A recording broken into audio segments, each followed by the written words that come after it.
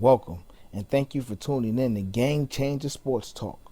We are here live from the marvelous Hollywood Studios, and I am your host, local sports analyst Dee Trynt, and today we're going to do a post view of what turned out to be an exciting couple days of round one NBA action. Live from the bubble in Central Florida, on the beautiful acres of Walt Disney World Resorts, ESPN, Wild World of Sports. The pandemic might keep us from the stands, but it does not stop us from being fans. Let me talk to you about it. First up, defending champs, second seeded, Toronto Raptors versus the 7th seeded Brooklyn Nets. Now, understand, Toronto has really took the lead by storm this year, okay? They were counted out for not having Kawhi Leonard, when a lot of people forgot that team has been together since DeMar DeRozan and Terrence Ross, all right? But they come in the reigning champs, coming to defend their crown, second seed, and they're hosting the Brooklyn Nets, who come in the 7th seed. And Brooklyn's come in lagging. They're injured. They're stumbling into the playoffs. They're led by swingman Karis LeVert, and he has to carry the load because superstars Kevin Durant, who's out with an ankle, leg, knee injury, won't be back till next season. Kyrie Irving, who's out with an injury, could have played, but he opted out for personal reasons. And a lot of us know that, and it's highly understandable. Also, they're without veteran center, athletic rebounding, the former defensive player of the year, DeAndre Jordan. And they're also without backup guard Spencer Dinwiddie. But we're going to pick this up in the second quarter as the Raptors are up on the Nets by 20 and climbing. The defending champs, in a sequence of events, draw 2 offensive charges thanks to guard Kyle Lowry, the leader, floor general, and longtime Raptor player, who then follows up and drains a long three-pointer from deep, right? Fellow teammate and big man Serge Ibaka also added a couple pretty finishes at the rim, but he seemed to receive some fantastic passes from rising star guard Fred VanVleet, who then Mr. VanVleet caps off the sequence by nailing a 30-footer from the elbow. It was amazing first half for the Raptors.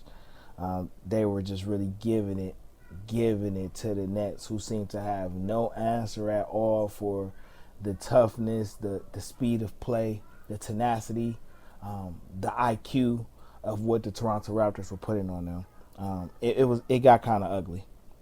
We pick it up second half, as of course the Nets go into halftime down 20 plus. But they came out with a new focus in the third.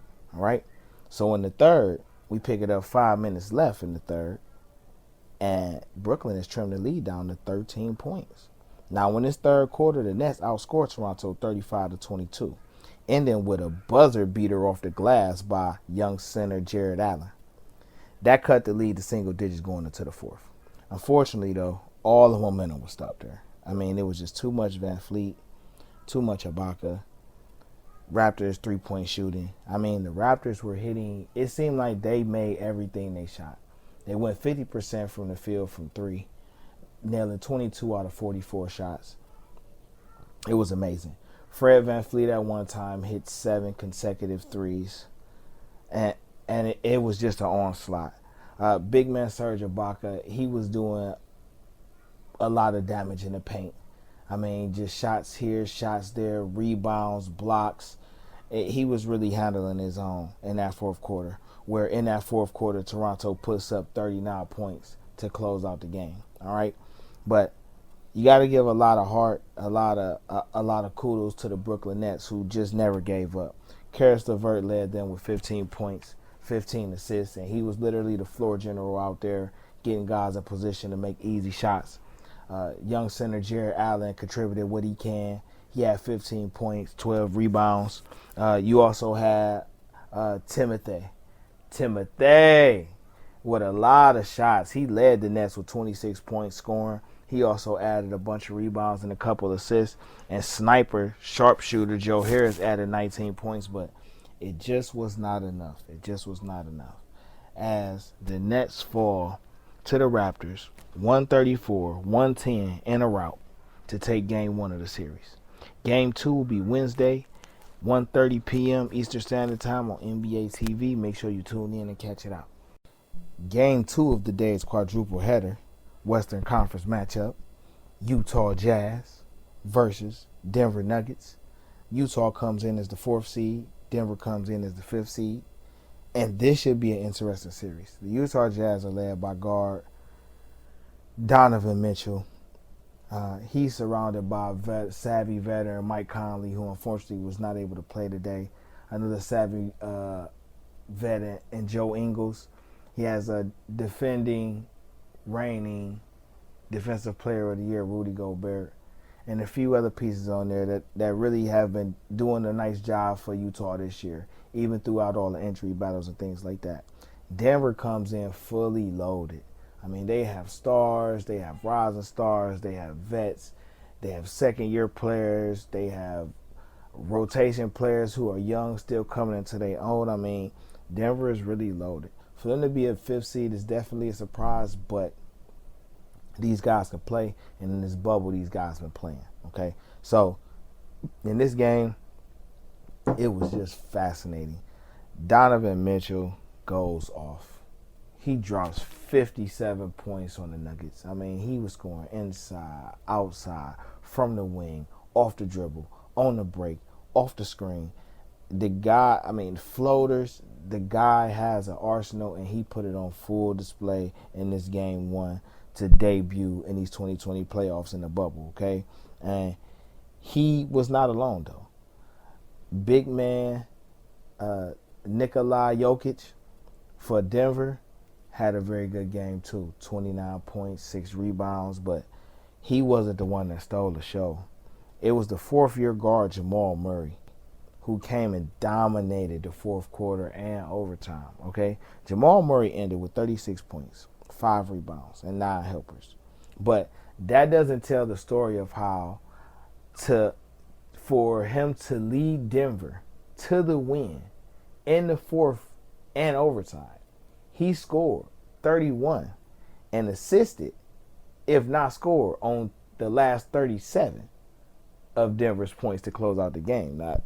I mean, the guy was just, the amount of step-back jumpers that he was giving to the Utah defenders was just amazing. The guy's really coming into his own, and Denver was able to pull this one out. Very tough game, very hard-fought game, but Denver comes through with the win, 135-125 in overtime to take a 1-0 lead in this Western Conference first-round series. Game 2 will be Wednesday, 4 p.m. Eastern Standard Time on TNT. Game 3 of today's quadruple header games, the number 3 seeded Boston Celtics versus the number 6 seeded Philadelphia 76ers.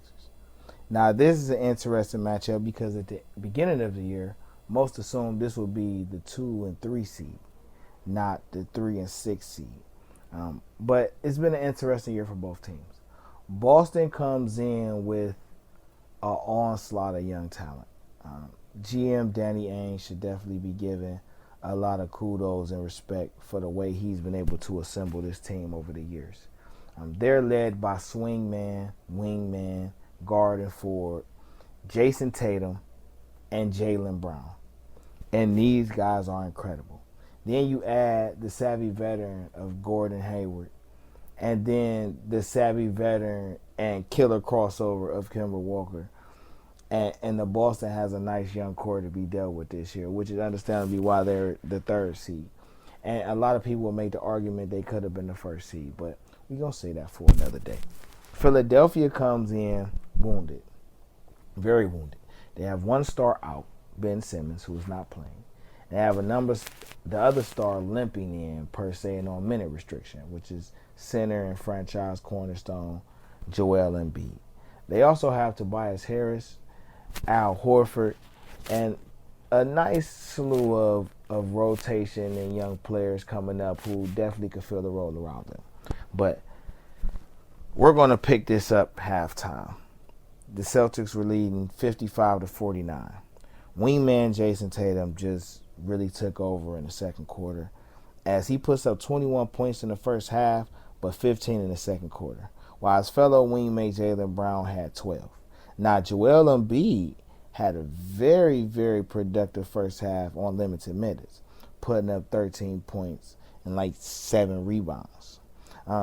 Josh Richardson, guard for the 76ers, came through to close out the half. He scored like Philly's final 8 points to help cut the gap to 6. But the second half was just a total continuation of Celtic dominance. The young wing combo of Jason Tatum and Jaylen Brown was just too much for the Ben Simmons 76ers to contend with. Tatum ended with 32 points, 13 boards. Jaylen Brown ended with 29 points, 4 assists. Kemba Walker added 19 points. And the savvy vet Gordon Hayward, who looked like he was returning to old all-star form, added a nice 12 points that came in crucial times to help the Celtics take a 1-0 lead in this first-round matchup. Now, it's nice to add, and we have to add that sometime in the second half, Gordon Hayward went down. It's really unclear what the injury exactly is or how the MRIs came back. But we just hope that, he's able to return to form and we don't have another scare like we did a couple years ago. He's really playing good, and Boston's going to need him definitely if they want to overtake and make it to the finals this year in the playoffs. But let's not forget or let's not exclude the impact Joel Embiid had, okay? Stat line of 26 points and 16 rebounds lets you know that he was definitely asserting himself in this game. Even on minute restriction, he was still making it known that he was here to play. All right. Fellow co-star Tobias Harris added 15 points, 8 rebounds, and 8 assists. Longtime journeyman Alex Burks puts up 18, as well as Josh Richardson. And point guard, newly young, replacing Ben Simmons point guard Shake Milton, did his thing and added 13 points, but it just wasn't enough. The Celtics win 109-101 over the Sixers. Game 2, Wednesday, 6:30 p.m. Eastern Standard Time. Final game of the evening. Western Conference matchup. Number 2, Los Angeles Clippers versus the Dallas Mavericks. The Clippers.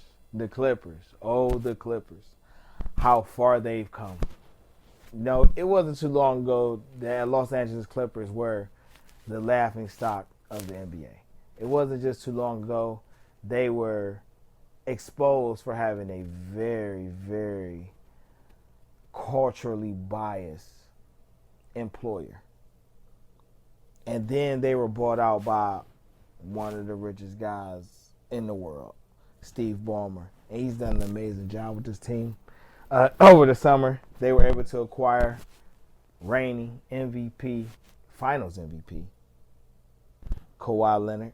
They was able to get him away from Toronto, and then they made the spectacular splash trade for Paul George to get him out of Oklahoma City. So the Los Angeles Clippers are now led by Kawhi Leonard, Paul George, and then they still have Lou Williams, who's the ultimate sixth man, and rising young man Montrezl Harrell, who has been making his impact the last few years. Matter of fact, last year he was second behind his fellow teammate Lou Williams for sixth man of the year. So that just lets you know the type of team they have, okay?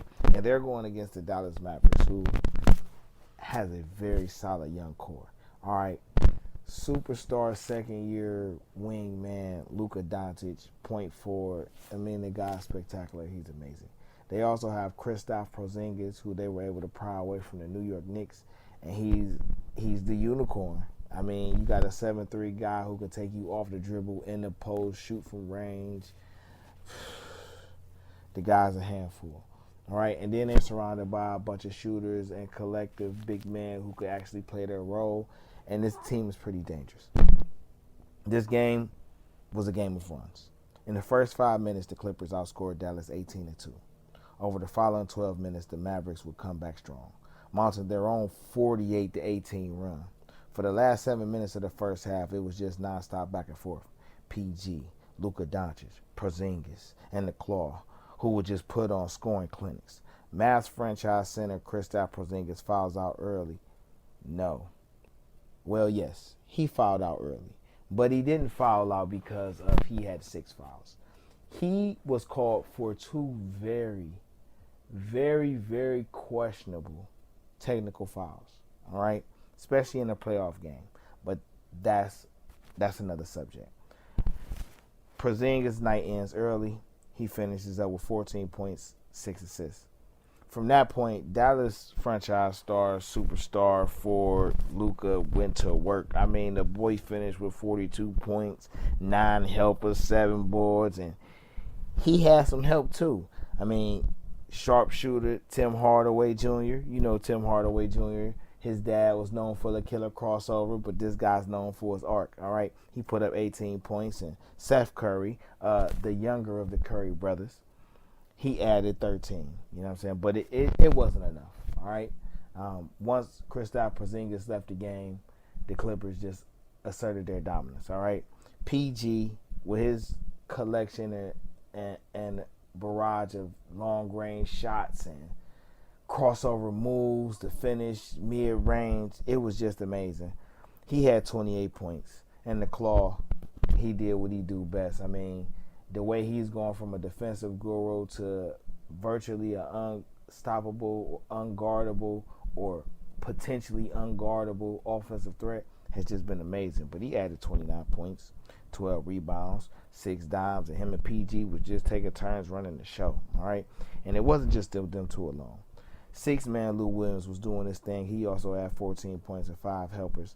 And mid-season acquisition Marcus Morris, he put up 19 points and 6 boards. This was a very intense and very exciting game, and I'm very much looking forward to game 2. All right, but the Clippers will end up winning this game 118-110 over the young Mavericks to take a 1-0 lead in the first-round Western Conference matchup.